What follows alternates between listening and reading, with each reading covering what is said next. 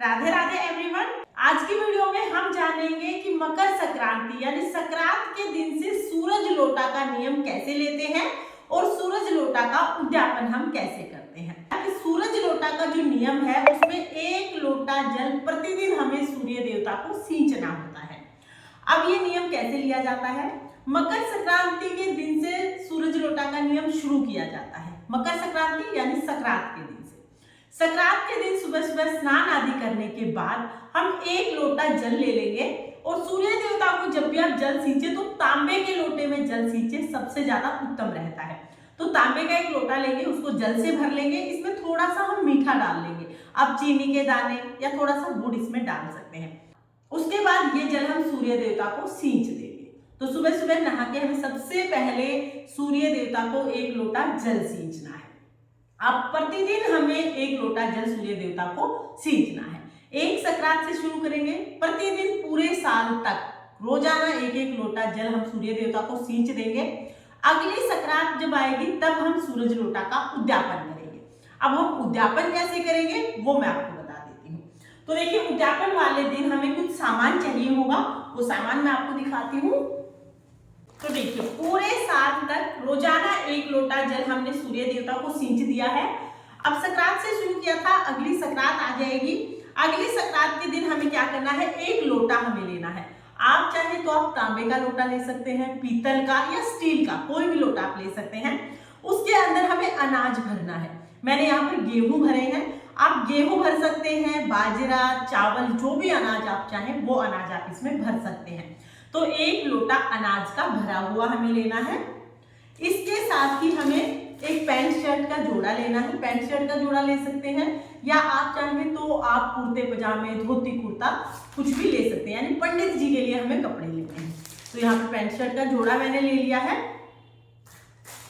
साथ में ही हम पंडतानी के लिए एक साड़ी ले लेंगे, तो ये साड़ी मैंने ले ली है। श्रृंगार का सामान हम रख लेंगे, तो श्रृंगार का ज्यादा सामान ना भी रखें तो एक बिंदी का पत्ता आप जरूर रख लें, जितना चाहे उतना सामान आप रख सकते हैं। उसके साथ ही हम दक्षिणा रख लेंगे, तो यहाँ पर दोनों पर हम दक्षिणा रख लेंगे। और खाने की कोई भी चीज देंगे, हो सके तो तिल से बनी हुई मिठाई आप जरूर दीजिएगा। तो यहाँ पर मैंने रेवड़ी ले ली है। तो ये सारा सामान हम ले लेंगे और इस सारे सामान को मिनस के फिर हम पंडित पंडितानी को दान दे देंगे। आप ये सारा सामान पंडित पंडितानी को दे सकते हैं या किसी भी जरूरतमंद को, किसी भी गरीब को आप ये सामान दे सकते हैं। देखिए, ये मिनिमम चीजें हैं, कम से कम उद्यापन में इतना सामान हमें जरूर देना है। इसके अलावा सामान को आप कितना भी बढ़ा सकते हैं।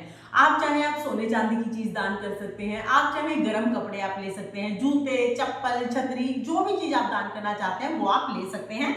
लेकिन अगर आप सूरज लोटा का नियम ले रहे हैं तो कम से कम इतना सामान तो आपको जरूर देना है। तो ये सारी चीजें हम लेके मिनस देंगे, यानी हाथ में अपने पल्लू में थोड़ा सा जल हम लेंगे और थोड़ा सा जल लेकर हम इन सबको मिनस देंगे। सारी चीजें मिनस के बाद देखिए, आप पंडित पंडिताइन को घर पे बुला के खाना खिला के ये चीजें दान करना चाहें तो खाना खिला के दान कर सकते हैं, या ये सारी चीजें आप पंडित पंडिताइन के घर पहुंचा सकते हैं। और हाँ, आप चाहें तो किसी गरीब को भी आप ये चीजें दान दे सकते हैं। तो रोजाना की तरह पहले हम 1 लोटा जल सूर्य देवता को अर्घ दे देंगे। उसके बाद हम ये सारी चीजें लेंगे, इन्हें मिनस देंगे और किसी को भी ये दान दे देंगे। इस तरह से हम सूरज लोटा का जो नियम है उसका उद्यापन किया जाता है।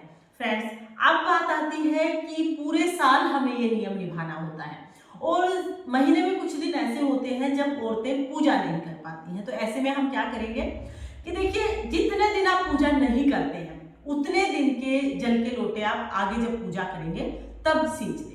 जैसे कल मैंने मान लो जल नहीं सींचा सूर्य देवता को, तो आज मैं 2 लोटे जल सूर्य देवता को सींच दूंगी।